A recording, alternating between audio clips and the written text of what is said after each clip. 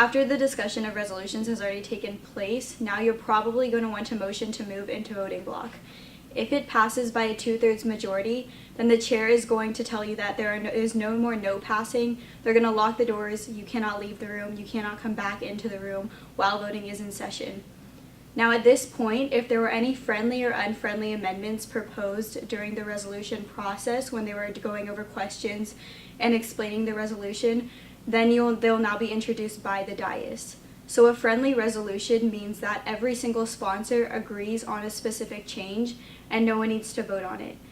If there is an unfriendly amendment, you need to get a certain amount of signatures from anyone, whether they're part of the resolution or not, saying that they want to make that unfriendly amendment, and it needs to be submitted to the chair before voting block takes place. At this point, if there are any unfriendly amendments, the dais will read them out loud and then you can vote on the unfriendly amendment. Now there are a couple ways that you can vote. The first one is going to be to divide the question, and you would have to make a motion to divide the question after the chair goes over the friendly and unfriendly amendments and asks if there are any points or motions on the floor. To divide the question means that you disagree with a specific operative of the resolution and you want to vote on it separately. For example, in a resolution, if there are 6 operatives and you disagree with operative 2, you can make a motion to divide operative 2 from the resolution, which means it would be taken out and voted on separately. Then there will be 2 votes, one on the resolution without operative 2 and one on operative 2 itself. However, this does need a 2/3 majority to pass to even decide whether or not they're going to remove operative 2 from the resolution. So if it does not get a 2/3 majority to pass, then you'll just vote on the resolution with operative 2 in it. At this point, if you strongly disagree, then it's highly advised that you would just abstain or vote no on the resolution. You can also make a motion to vote by roll call. This automatically passes even if you're the only delegate out of 60 delegates in the room who want this. You don't vote on whether or not you're going to vote by roll call. When you vote by roll call, the chair calls on every single country in alphabetical order. When your country is called, you stand up and then you say yes, no, or abstain. A lot of people usually don't like doing roll call because, one, it takes a really long time going through every single country individually, and people are pretty much done with the conference at this point. And also, it's a little less likely for a resolution to get passed with a roll call vote because people feel more like put on the spot and to vote how other people are voting, so it's kind of easier to hide their vote when they're doing a regular voting.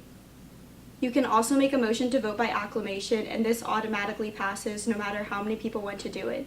This is very uncommon though, especially in a General Assembly, because a vote by acclamation means absolutely no one is opposed, and usually there are at least 40 people in a General Assembly.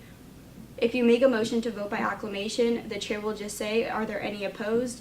If there's even one person opposed, then you just go into regular voting procedure. So it's pretty quick, but no one really makes the motion because we know that there's always going to be at least one person opposed to a resolution. Now the regular voting procedure, the chair is just going to say, all those in favor, please raise your placards now, and that's when you'll raise your placard vertically.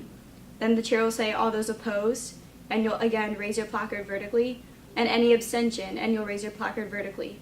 You only vote once, and you do have to vote on all procedural matters.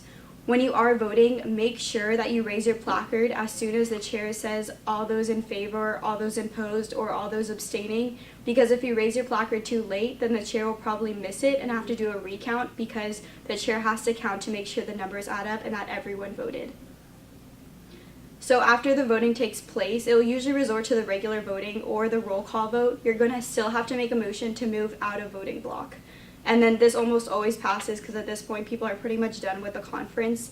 If there is another topic on the floor, then that will usually be discussed next. But oftentimes you'll usually only get to the one topic in the conference, and after voting block you're just going to move to end debate. Just some general tips for voting. Again, make sure when you vote on anything at all that you're always raising your placards vertically.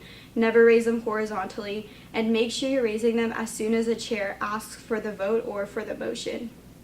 Also, for a roll call vote, a lot of people really don't like the delegate who makes the motion for the roll call vote, and they're just kind of annoyed because it takes a really long time. Again, it's been a long day. Everyone kind of wants to get out of there, but it is a really good mechanism if there's a specific resolution that you think is really bad and you don't think it should pass, because it's less likely to get passed.